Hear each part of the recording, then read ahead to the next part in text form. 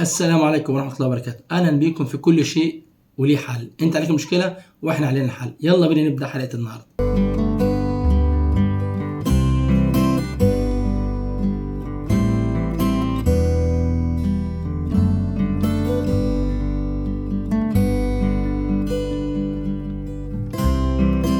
مشكلة من عضوة معانا بتقول السلام عليكم، أنا عندي 26 سنة ومعايا بنتين عايشة في بيت عيلة. جوزي كان مسافر هجرة غير شرعية والمركب غرقت. الكلام ده من سنة وثلاث شهور. الناس اللي توفت جسامينها رجعت، الناس اللي عايشة عرفناهم، لكن في جزء اختفى خالص. جوزي من الناس دي، يعني قصدها ان جوزها اختفى متعرفش عنه حاجة. حماية متكفل اكل وشرب بس مفيش مصاريف شخصية، وكمان عصبي عليا جدا ومتحكم في حاجات هو ماليش فيها. عرض عليا ان اشتغل، رفض. طب اشتغل من بيتي برضو رفض. المشكله ان احنا كلنا قرايب في بعض، مش عارفه اعمل ايه، اروح لاهلي ولا اعمل ايه؟ بس لو رحت لاهلي المشاكل هتكتر. رايكم يهمني. شكرا لكل حد قال رايه. بص يا ستي، اولا يعني ربنا يرد اليك جوزك، لو كان عايش ربنا يرحمه ويتغمده برحمته، لو كان متوفي.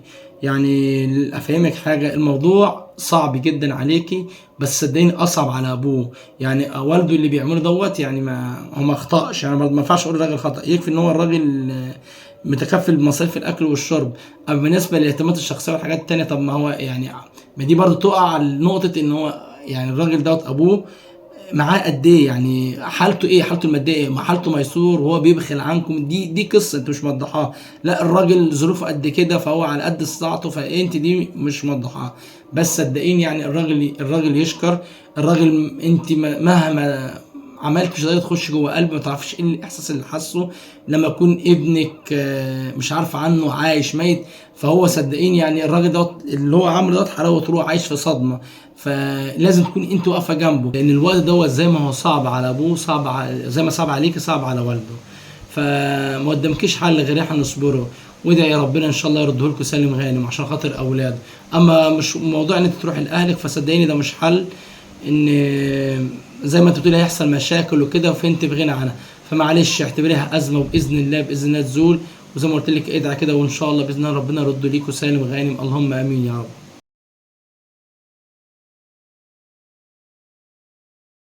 كده من عضو معانا بتقول ممكن اخد رايكم، انا مطلقه وعندي 37 ومعايا ولد وبنت. فجاه اشتريت من شخص حاجه والموضوع خلص بعدها بثلاث شهور. لقيته بيفتحني في جواز مع انه ما يعرفش عن اي حاجه غير اني منفصله ومتمسك بيا وولادي. مش فاهمه ازاي، وكمان انا بشتغل. قال لي انا متكفل بكل شيء وانت معززه مكرمه، بس انا رفضت لانه عنده 24 سنة، يعني فرق السن 13 سنة، وشاب ما اتجوزش، بس هو سوري ومقيم بمصر لوحده مش مصري. وانا رفضت وقلت له الظروف مش مناسبة، وانا مرضاش له مرضالوش كده. قال لي وانا راضي بيكي، ايه رأيكم في الموضوع؟ بص يا ستي، يعني انت بعت رسالة، ما انت قلت انت خلصت الموضوع ما فتيش. فهو انا مش فاهم السؤال فين بالظبط. بس انا انت مثلا عايزة اقول لك رأيي في الموضوع دوت؟ لا، يعني انا شايف، الله اعلم بالنيات، بس انا شايف لا، انت الموضوع دوت في حاجة غامضة، في حاجة مش مظبوطة. يعني مفيش حاجة اسمها كده ان انا شفتك فانا عايز اتجوزك وخلاص. طب ما في في حاجات تانية ورايا، انا ظروفي كذا كذا كذا كذا. موضوع انت متقبلها بالسهوله دي جدا، مفيش حاجه سهله. الموضوع انت متقبل ظروفي بالسهوله دي جدا، يبقى في حاجه في دماغك، يبقى ليك هدف تاني من العلاقه دي. يعني في ناس كتيره، يعني انا استشفتها من الكومنتات وكده، الناس كانت بتقول لك ان هو بيعمل كده عشان عاوز الاقامه. تمام، يعني هو مثلا عشان هو سوري، فلما يتجوزك فياخد الاقامه المصريه. فوالله انا يعني ممكن يكون كلامهم فعلا صح، بس انا برضو ما اتدخلش في اللي جوايا، انا ما اعرفش اللي جواه ايه. فانت راضيت على نفسك، قلت ان الموضوع انت رفضت، فالقصه خلاص. وبيني وبينك موضوع يا جماعه فرق السن بالنسبه ان الست تبقى اكبر من الراجل، صدقيني فرق السن ده هيعمل معاكي مشاكل. تمام، انت بتقولي يعني هنا على كلامك فرق 13 سنه في الموضوع كبير، والموضوع في ان يعني الحمد لله. فانت الموضوع ده ما دام انت على البر فسيبيه ومش مشكله يعني، وحصل خير، ربنا ان شاء الله باذن الله يعوضك بالاحسن منه باذن الله.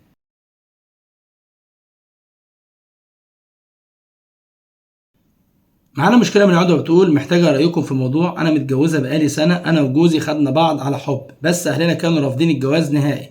بس هو واقف قدامهم واتجوزنا وهو سافر دلوقتي بقاله زي 6 شهور، واهله راحوا عنده وحصلت مشاكل هناك، وكان مكلمني قبلها وهو كويس بيضحك معايا، وتاني يوم الصبح صحى من نومه اهله قالوا له الف مبروك اخيرا عملنا اللي كنا عايزينه منك. ابوه قال له انه جوزتك بنت عمك، خليتك نايم وبصمتك على سيمة جوازك، ودلوقتي انا مش قابل الموضوع ده وطلبت من جوزي الطلاق وهو مش راضي بكده، وقال لي انه هيطلق التانية، وحاليا ابوه حجز قاعة افراح عشان فرح بنت اخوه، وبنت اخوه اصلا مش بتحب جوزي، بتحب شاب تاني، وقالت ان جوازها من جوزي حرام لانه زي اخوها، وابوه جوزي وعمه مش في دماغهم الكلام ده خالص، وجوزي اتفق مع بنت عمه انه هيوافق على الفرح وكده، بس مش هيقرب عليها لانه شايفها انها زي اخته، وهي برضه شايفه انه اخوها، وانا مش قادر استحمل انه يتجوز عليا حتى لو على الورق. وملحوظه ابوه بصمه على 6 ورقات جواز، قولوا لي اعمل ايه في الموضوع.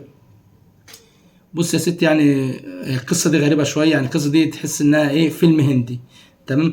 اولا مبدئيا يعني على موضوع ان هو نايم واتبصم، 90% القصه دي فيك، يعني القصه دي يعني الواحد مش عايز يظن في الناس، هو جوزك بيعمل عليك حوار. تمام. ان مفيش حاجه اسمها جواز وانا نايم وبصموني. ما هو الجواز يا جماعه، هو الجواز دوت عباره عن ايه؟ في شق شرعي، اهم حاجه في الجواز الشق الشرعي، اللي هو بقعد قدام المأذون وانا ولي العروسه وايدي في ايده وجوزتك نفسي وزوجت ابنتك وعصدق المسمى بيننا لحد الصيغه الشرعيه ما تنتهي. هو دوت اساسا الاصل الشرعي والاساس الشرعي للجواز. في القصه دي كلها الموضوع دوت مش مذكور. ده راجل نايم صح مدعو على، يعني هو ما ده شق قانوني، الشق القانوني دوت ما يغنيش عن الشرع في حاجه. يعني لو قصه اللي هي مثلا اللي هي سمه الجواز والكلام ده شق قانوني يا جماعه في الزواج، مش الشق الشرعي. تمام. اهم حاجه في الزواج الشق الشرعي. فالقصه كده، لو القصه زي ما انت بتقولي بتوصفيها، لا هو كده مش متجوزين، واي علاقه تحصل ما بينهم فهي زنا. تمام. فالقصه دي انت تحس 90% ان انت شكلك طيبه، فهو جوزك بيعمل عليك حوار، جوزك عايز يتجوز، وصدقيني ولا عايز يتجوز حقه هو يقول لك، وزي ما هو حقه ان هو يتجوز، هو حقه يخيرك يا بنت الناس تكملي معايا ولا لا. بس هو ممكن يكون بيحبك برضه، فهو بيعمل الحوار دوت عشان خاطر انت ترضي تقعدي معاها. بس صدقيني القصه دي 99%. تمام. ان هو بيعمل عليك حوار جوزك، لو قصه زي ما انت قلتيها كده بنفس السرديه اللي حضرتك قلتيها، جوزك بيعمل عليك حوار بحيث انه عاوز يتجوز قريبته دي، فهو عايز يعني الموضوع يتم من غير ما انت من غير ما يخسرك. فده صح، ده اللي انا شايفه. ففي الاول في الاخر مش هقدر اقول لك اتطلقي وما تطلقيش، هو حقه يتجوز، بس يعني ما تجيش بالطريقه البليوديه دي، في هنود، شغل الهنود ده.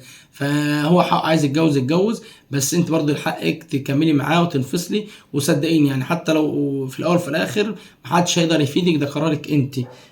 فهمتيني؟ ولازم تفتكري وانت بتاخدي قرارك حديث الرسول عليه السلام: ايما امراه طلبت من زوجها الطلاق بدون بئس فحرمت عليها الجنه. يعني اي واحده تطلب من جوزها الجواز بدون اي بئس او حاجه وقعت عليها حاجه شديده، بأس يعني حاجه شديده، تمام، وقعت عليها، فهي تحرم عليها الجنه. فانت شوفي نفسك وشوفي تقدري الموضوع دوت تكملي فيه وتقبلي موضوع ان يبقى مراته التانية دي وفي حياتك ولا لا. وده في الاول في الاخر اختيارك وقرارك.